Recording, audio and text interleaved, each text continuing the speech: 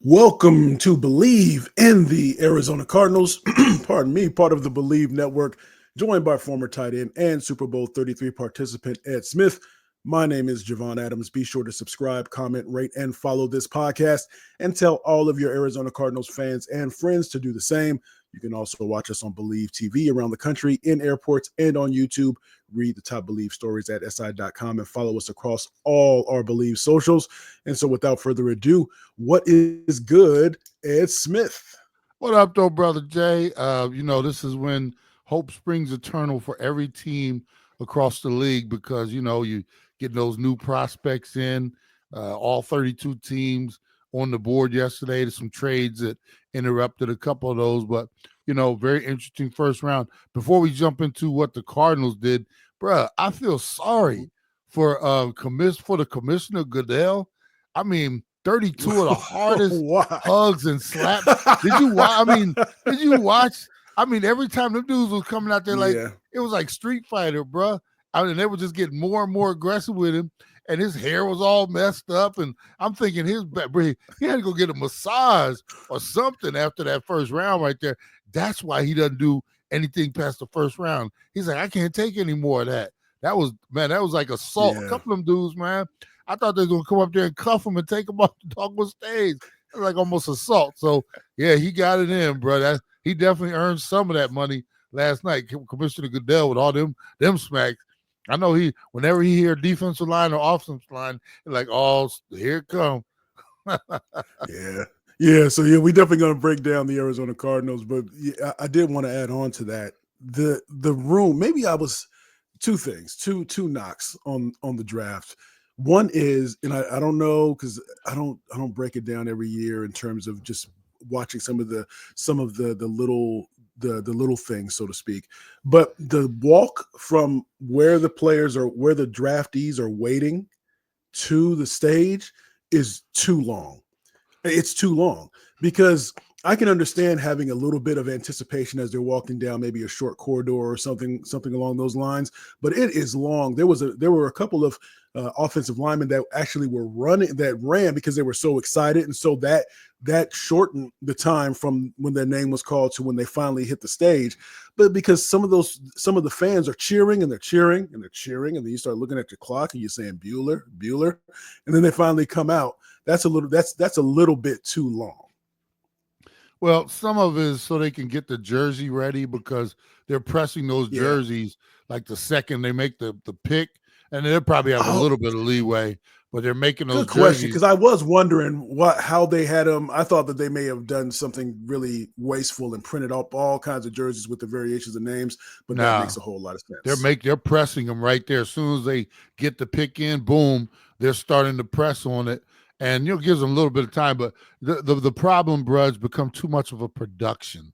It's become too much and it is entertainment, but it's sports entertainment. For us, sports entertainment, we like to be quick and decisive.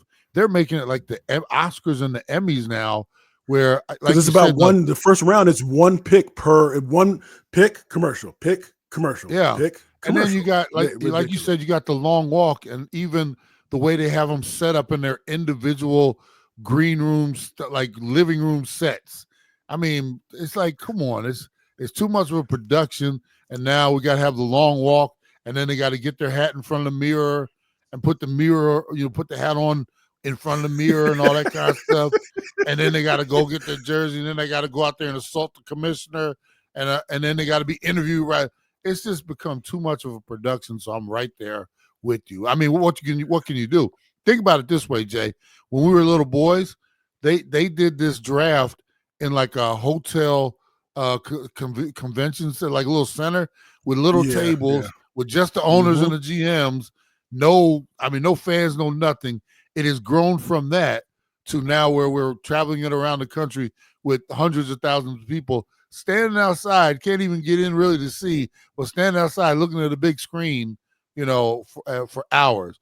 And, it is what it is. With everything, it's almost like it gets too big for its own self. I tell you, man, it's not going to get any smaller. All it's going to do, you think the production and all the stuff is just get bigger and bigger and bigger.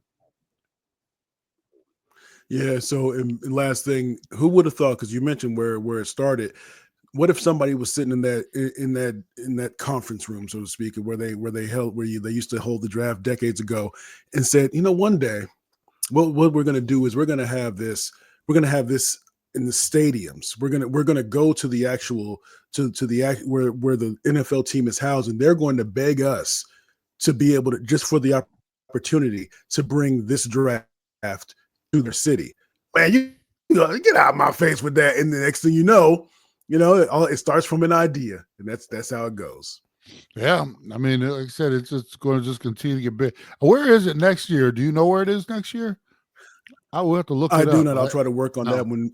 Yeah, I'll look that up. But so let's get into it. We'll recap a little bit about what the Arizona Cardinals have been doing in this free agency season, but more specifically, we know that the draft is going on. The first round of the draft took place last night, and so the Arizona Cardinals, who finished 8-9 on the season, they are, of course, looking to shore up a lot of different positions, and so we'll get into that as well. But with the 16th pick, the Arizona Cardinals decided to pick Walter Nolen III. So we'll just go with Walter Nolen. He's a defensive tackle from Ole Miss. And so I can break down some things with him, but I was looking at a lot of the grades, so to speak, of for the Arizona Cardinals. And then look, I mean, this is not one of those really star heavy draft from what all of the analysts are saying, but Walter Nolen, so they get some help on the defensive line. Calais Campbell is one of those acquisitions, or one of the additions, a return of sorts for Calais Campbell to the Arizona Cardinals. So maybe he can do a little bit of mentoring. But when you're looking at, I'll give you some of the strengths for Walter Nolen, and you tell me what you think about this, and some of the weaknesses. But so the strengths: explosive first step, quick penetration, strong physical, stout at the point of attack, versatile scheme fit, high motor, proven production at Ole Miss. He spent a couple of seasons at Texas A&M, and then went to Ole Miss. There's some of the weaknesses, and I'm curious about this. There's something here that I wonder if it's overblown, and we'll get into that with the discussion about Walter Nolen. But inconsistent run defense, he can get knocked back, struggles to shed blocks, more disruptive than consistently productive, pad level leverage issues, character maturity concerns, and there are a couple of other weaknesses, but that is one that sticks with me. But before I start to pick it apart, your thoughts on is this a position of need for you? Your thoughts on Walter Nolen in terms of what you know about him after being drafted. Well, the as far as a need, the Cardinals need a whole lot. I do think with the run on offensive linemen, you know me, Jay, I'm talking about that offensive line all the time. Me personally, I would went offensive line instead of defensive line, especially because they picked up, and I know Calais Campbell is a little older. He's long in the tooth, but they have picked up some other pieces on the defensive line in free agency. I just thought the offensive line, in my opinion, would have been the focus. What I do like, though, is that they went on one of the fronts. So, like, if they had picked another wide receiver or something else, I know corners of a need too. If they'd have went corner, I don't think I would have been upset either. But the fact that they went defensive line instead of just some other random position does two things for me. One, it lets me know that they do have a plan, that they're starting, up front, and they're maybe learning some lessons. We got to remember some of our front office and even our head coach came from Philly, and he knows how they built that over there with the offensive line, with the defensive line. So they're making headway in terms of getting at those positions. As far as the young man himself, some good traits, some bad traits. So what I would like in my first round picks is like more of a definite, like, oh my God, that's a slam dunk pick right there. But when you get to pick 16 in a draft, like you mentioned, that isn't star studded, it's almost like being, like they're having a huge sale on meat and I'm not saying the players are meat, but I'm just picking up product. No, I got you. having a huge sale on prime rib or whatever at the grocery store. And, I'll get there in a little bit. But you get there late, right? Or you get there middle of the day. And by then, what was there, the best was already taken. And now you don't have to settle. You're not settling, but the prime pieces were fingered over. Everybody took, and you get what's there, that type of thing. So in a draft where there's not huge talent, but there's an abundance of it. What it is we've got certain positions. It's almost like a surplus of defensive edge rushers, a decent load of offensive linemen, and coincidentally some running backs out there, that type of thing, right? So what you do in a draft that's not chock full of stuff, you still getting quality, you're just not getting top quality. So there are certain drafts where you get down to the middle of the first round, and you still got some dudes that are like Hall of Fame potential. We're not going to hear that from mid first round on. There are going to be some guys that are going to come from out of the dark, but as far as like can't miss talent, I think early on in the first round, we saw those guys, the couple that are there, kind of go away. And now from here on out, now this is the time, Jay, when you have to be even more on your game as a GM, as a coaching staff and scouting staff, because it becomes harder to identify those the type of players that you're looking for. And you got to be zeroed in, and your board has to be tight, because you don't want to waste these. In my opinion, your first 2 to 3 rounds should be like no-brainers, because you got your board set up as guys fall off it. Boom, we want this guy. You shouldn't be in the first couple of rounds at least. Your conviction has to be strong. You might be disappointed because somebody fell off your board, because somebody was picked up that you had your eye on, or you might kick yourself in the butt because you didn't make a move up to get him. But you shouldn't be surprised in first couple rounds. These have to be young men that are ready to come in and join your football team and start playing for you right away. As you get into the 4th and 5th round and stuff like that, that's when you're looking for the diamonds in the rough. But right now, we have to be, so the report on Nolen, sounds like a good ball player. Little bit of maturity issues, those kind of concern me a little bit. And here's the new theme of drafting college players. And when you looked at flagged him for entitlement and questionable practice habits, that for me, but here's the thing, Jay, with all these players now making more money in college than they will in some of them in their first couple years in the NFL. They're coming in already like, they're already paid. They're not even excited to sign their first contract, because they were making more money in college, making more money than the assistant coaches in the NFL. So now you got an assistant coach making, whatever he's making. It ain't what he's making, trying to tell this young man, I need you to do X, Y, and Z. Man, come on with that, because, in college, coaches had to be real nice to him. Remember this. Had to be real nice to him. Otherwise, what do they do, Jay? Okay. So you're bringing something up. Let's get into that. Yeah. Let's get a little bit into that, because even more of a slightly more macro conversation, because some of these things are able to be, if somebody's coachable, they're able to be corrected with good coaching. So if you're struggling to shed blocks, if you got short arms, you just got short arms. You can't do nothing about that. But if you need to be more consistently productive instead of disruptive, so that those are things that changing your mindset and being able to change the way in which you adjust the way in which you go about preparing for the games of your competition.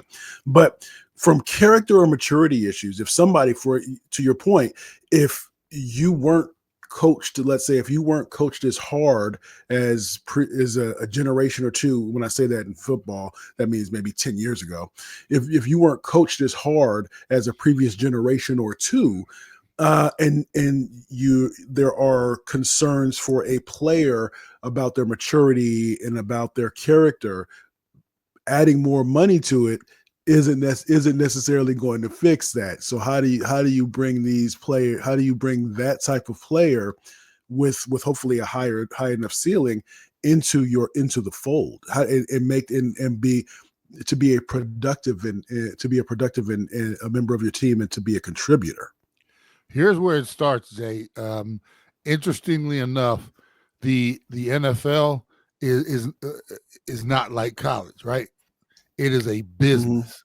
And now, college football is becoming more like a transactional business as well. But what happens in college when a college player's ticked off at a coach or he's not getting a playing time? What do? Hey, I'm jumping in the portal this year, right? Okay. What portal is there in the NFL? In the NFL, coaches will remind you, playtime's over. This is now a business. You're not going to class. You're not, there's no school afterwards. This is your job now. And if you don't perform your job to the likeness of myself and the coaching staff and the head coach and the GM who's making decisions on you, guess what happens? We're not going to baby you. Everybody's going to get their Chromebook. Everybody's going to get their responsibilities.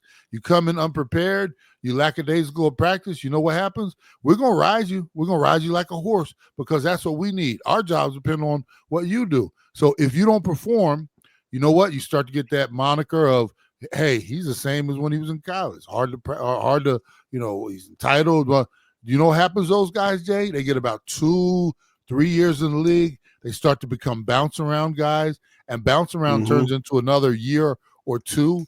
And if you're lucky, you get a total of 3 or 4 in. You never hear from those guys again.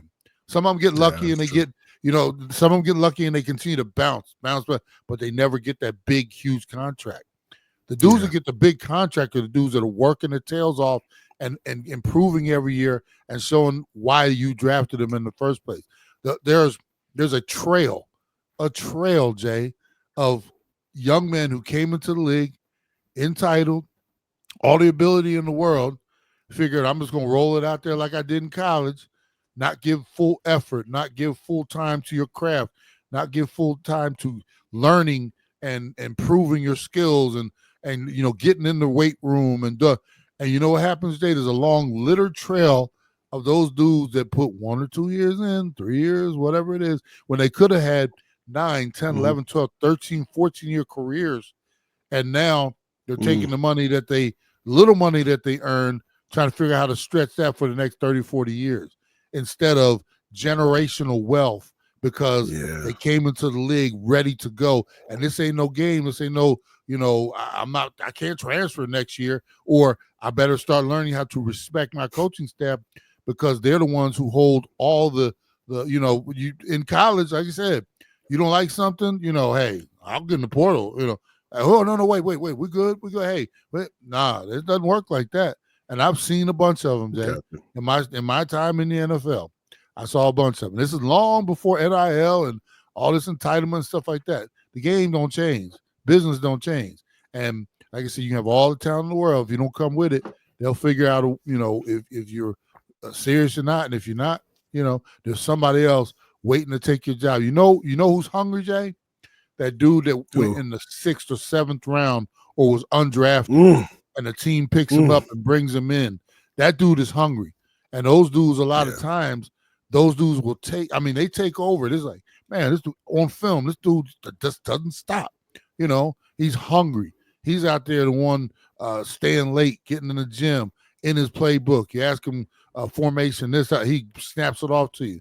Yeah, and they start passing those dudes. Next, he's a dude with the long career in the league. So there's always somebody out there waiting to take your job. And if you want to, risk it by immature behavior and stuff like that, go ahead. But you hope that, these young men, when they come into the league, they realize it's a business. The coaching staff will school them on that. And, they hope that they're the people they have guiding them at home, what am I thinking of? Their agents and stuff like that are teaching them and getting them along the way. And you hope that they learn it early and don't have to learn hard lessons late. Bleav in the Arizona Cardinals. He's Ed Smith and I am Javon Adams. So with Nolen, if he develops and if some of those little red flags or is able to shore those things up, it's possible that he could definitely become, as one report said, a cornerstone for Arizona's defense. So we'll see about that. So as we get into what the let's get into some of the free agent acquisitions, and then get into the picks that the Arizona Cardinals have coming up for the second round and beyond. And we'll definitely hit you with a couple of pods next week. But let's see, there was one thing I wanted to do before that. Yeah. So if we look at some of the needs, for example, let's go into what they had for needs, and then what they got in terms of free agency, and then what they have coming up here. So first, in terms of needs, Ed, of course, always is the one that wants to push those defensive and offensive lines going in the trenches, and that is definitely a concern for the Cardinals, and definitely a need. So offensive line, need to address the right guard position. Let's see, defensive line, adding pass rusher, they still have Zaven Collins on the team, so being able to defensive line and edge, of course. So that's definitely always going to be a concern. Cornerback, you can't have enough good cornerbacks, especially in a league where you're passing so much. Wide receiver, let's see, and then so when we're looking at addressing things in the draft, maybe defensive line, offensive line, and of course cornerback and wide receiver. So if we look at some of the acquisitions, free agent acquisitions, the Cardinals, one of the big ones was my man that came over from, was it Josh Sweat that came over from the Eagles, linebacker. Josh Sweat. We have so Jacoby Brissett as a backup. Calais Campbell is back with the Arizona Cardinals, returning the defensive lineman. Guard tackle, we got Jake Curhan. We have Akeem Davis-Gaither. Were there any of these free agent acquisitions that stood out to you? There was re-signing of Kelvin Beachum, re-signing of Joey Blunt. We have Evan Brown. We have Aaron Brewer. But were there any of those free agent acquisitions in the offseason that made you that at least gave you a little bit of confidence that they're going in the right direction? Well, I like the Sweat pickup. I really like that. He's got a pedigree, obviously, come from Philly after winning Super Bowl title. But I want to go in a different direction with you, if you don't mind. Okay. On this one. Yes, I was having a conversation with somebody just yesterday about Arizona seems to be like the land of misfit toys. We seem to be notorious for going back and getting players that they were either once here, or we get them and they're a big name, but they would have been a big name 5 years ago and not now. And we ran down the list. Okay. We were just sitting there talking: Emmitt Smith, J.J. Watt, Calais Campbell, Terrell Suggs. We were going to, and it was like, wow, it's like this is the land where like we go get old players to come here. And I know Calais was here before, but we should have kept him instead of letting him go. And now we bring him back. He's 38 years old. And it's almost like he come back to pastor for a couple of years before they go out there. One day you're just like, yep, old Bessie's gone. And it's like we got what did we get out of J.J. Watt? He's a Hall of Famer, right? I mean, we got the last couple years. You are a J.J. Watt hater. I'm just throwing his name out. Okay, Emmitt Smith. What did we get out of Emmitt Smith?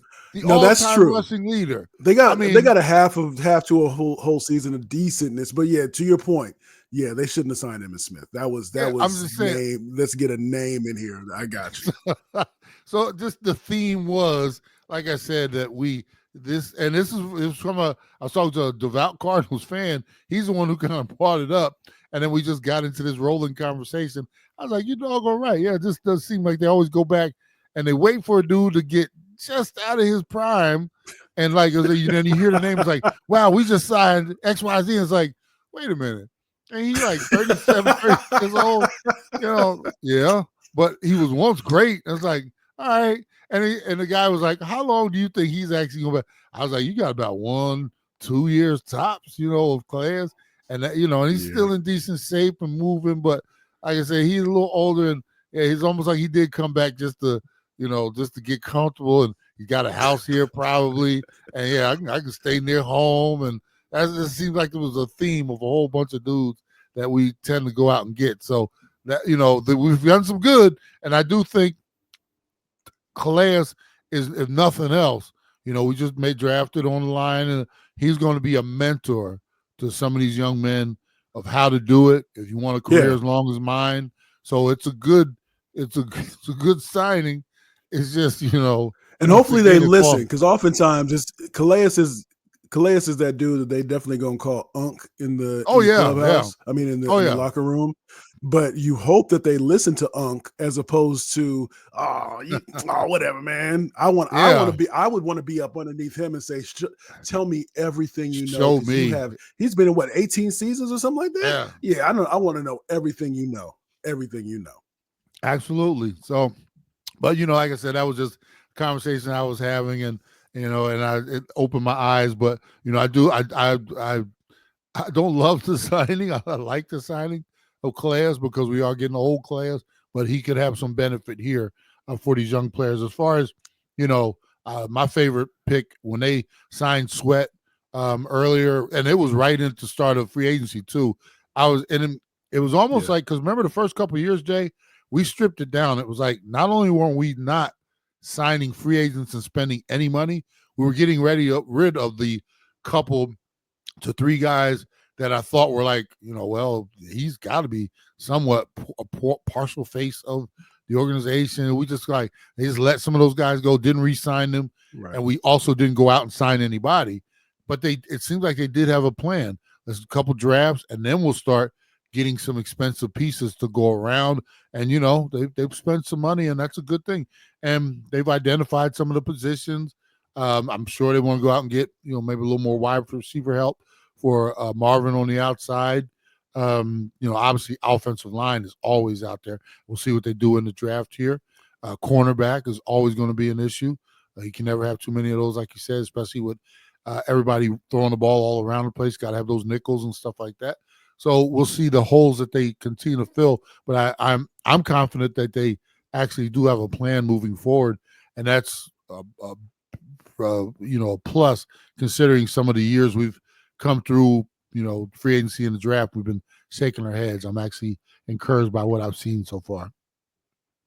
So let's get into, just before we head out of here. So with the remaining, with the remainder of the draft, this is of course barring any trades. The Arizona Cardinals have pick number 47, number 78, number 115, number 152, number 225. So they're picking the second, third, fourth, fifth, and seventh rounds. And this is, again, we've mentioned it a couple of times. So when we reconvene, on Monday, and about how the draft finished up, do you expect that they will address those needs? Maybe an offensive lineman or two, a couple of corners, or something along those lines? Because I would hope so. I think they have 8 and 9 means that you're just right in the middle there. You don't want to be stuck right in the middle. So you have to. So you're hoping and you're expecting that the free agents that you brought in will help you take the step, but you need those rookies that you bring in, not just the first and second round. I know that you've mentioned that, but you need those middle rounds. You need them to be able to be contributors. They don't have to be stars and Pro Bowlers, but be contributors to help you get to double-digit wins in a season. But so when we come back on Monday, do you think that they will address some of these other issues that we just talked about, some of those needs? Well, like you said, those are very important. You have to find those third, fourth, and fifth round guys. I think they will aggressively find, and I say aggressively because you just ran off all the picks and the rounds. I expect the Cardinals to do a little bit of wheeling and dealing to move up if they have their eyes on certain guys, to maybe give up a pick or two here, but get a pick or two by falling back when they don't necessarily, when they identify a guy that they might be able to move a couple picks back and get. So it's like you don't want to show all your cards, but you want to play all your cards, in my opinion. You want to, the smart GMs, they jump forward and all of a sudden they jump back because they know what they're doing. They're looking at a particular player. They slotted him. They know where he's going. So we'll see what they do, but I'm expecting them to be aggressive, move up, move back. Get a couple of linemen, they should be fully engaged in terms of, stocking this roster. And it'll be interesting to watch because, some teams, they just set in their ways. And this Cardinals organization, I think they're in a transition from going from that 8-9 team to potentially, being a team that could, be playing for a playoff spot. But like I said, it started in the offseason with free agency. This is where you take it to the next level. So I think they realize that. Like I said, I have been encouraged, and we'll see. But I expect them to be jumping up and down over these next few couple of days, in and out of certain spots. So let's keep an eye on that. And by the time we come back on Monday, we'll have a true, obviously, idea. And then what comes after that, Jay, is signing of the free agents afterwards. So the job doesn't stop. These guys should be scouting and moving, keeping an eye on as soon as the draft is over. You turn your eye to those free agents that didn't get drafted. They should have the list of those guys, and we should see a bunch of signings to fill out the end of the roster after that. So it doesn't stop after Saturday. They're going in continuous motion moving forward from here.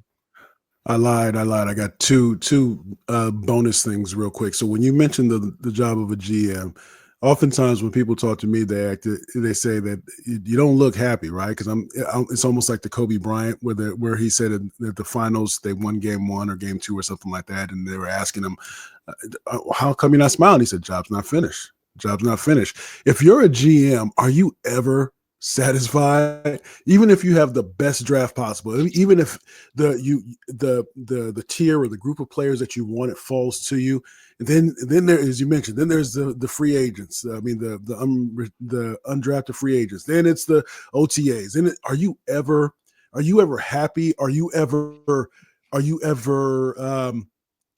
you ever have a sense of calm about you if you're a GM ever? That's a great question, because here's the thing, Jay. It doesn't stop once you fill the roster. You get to OTAs, and then you get the mini camps. You get the training camp. Eventually, you're still on the phone all the way through. I mean, it never stops. You know when it stops, Jay? When the trading deadline is over, in mid whatever date it is later in the year, because that's a job. Seriously, right. That's a job that you're on the clock at all times, and I'm assuming. Like a GM, a good GM's phone never stops ringing all through the year, because teams are interested. Obviously, right. Teams have eyes on some of your players. You got eyes on some of theirs. You guys are talking back and forth. You get called in the middle of the night. Hey, such and such. We give you first round for them. You got nah. Hang up the phone. Then somebody else calls back. So their happiness comes. It's transactional, Jay.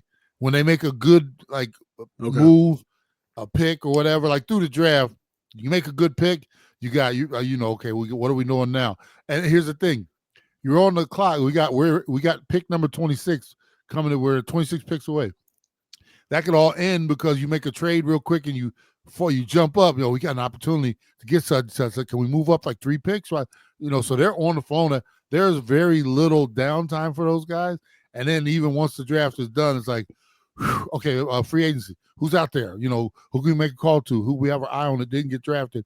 They got to make those calls, and you got to be quick on the call, because if you're a second late, some other GM is already on the phone to that young man, and boom, his agent. Next, he's gone. Doggone it. Who's next? You got to be on it, and it's a constant. Then, like I said, then you get your players in to introduce them and all that, and mini camps, and it's still that's a job, man. It doesn't get a lot. It is the law. You mentioned it's transactional, and you're exactly right. That makes sense, but it makes me think from an economical standpoint. It's the law of diminishing returns. You have that one cookie. That one cookie is so great. Then you have the second cookie, and the second cookie is great. It's just not as great as the first one. And then the third one, and then with each passing cookie. So what it means is, with each draft, with each transaction, with each thing, it's just, that's great. All right, on to the next. That's great. On to the next. Wonderful. We got that person. Okay, what's the next move? What's the next move? What's the next move? And I imagine you're always at a heightened sense of awareness, no matter what. And anytime your phone rings, as you mentioned, or you get a text or something, you're always you're on alert, because you don't know if it's good news, as in something great in terms of a player ahead of schedule in terms of their rehab, or did a player do something stupid? Is a player being a knucklehead?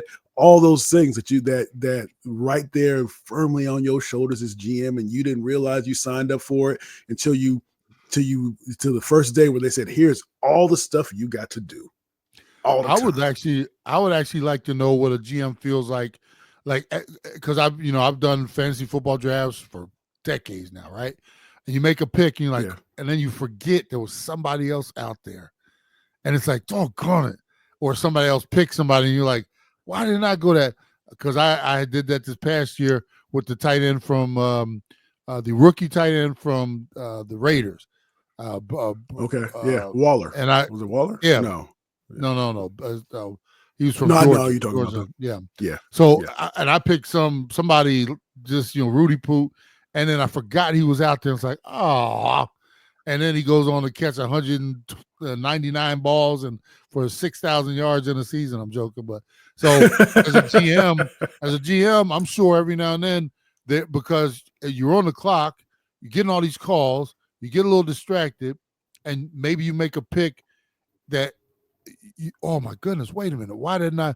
Those are the type of I'd like to see their reaction or how they get through those moments. Like, oh, doggone it, because everybody makes mistakes. Or the ones you turn to your team, your team, and I mean your team of scouts and your trusted team, and you say, how come we didn't draft that guy? Yeah. How come we missed him? Especially if it's a year or two after, or that it.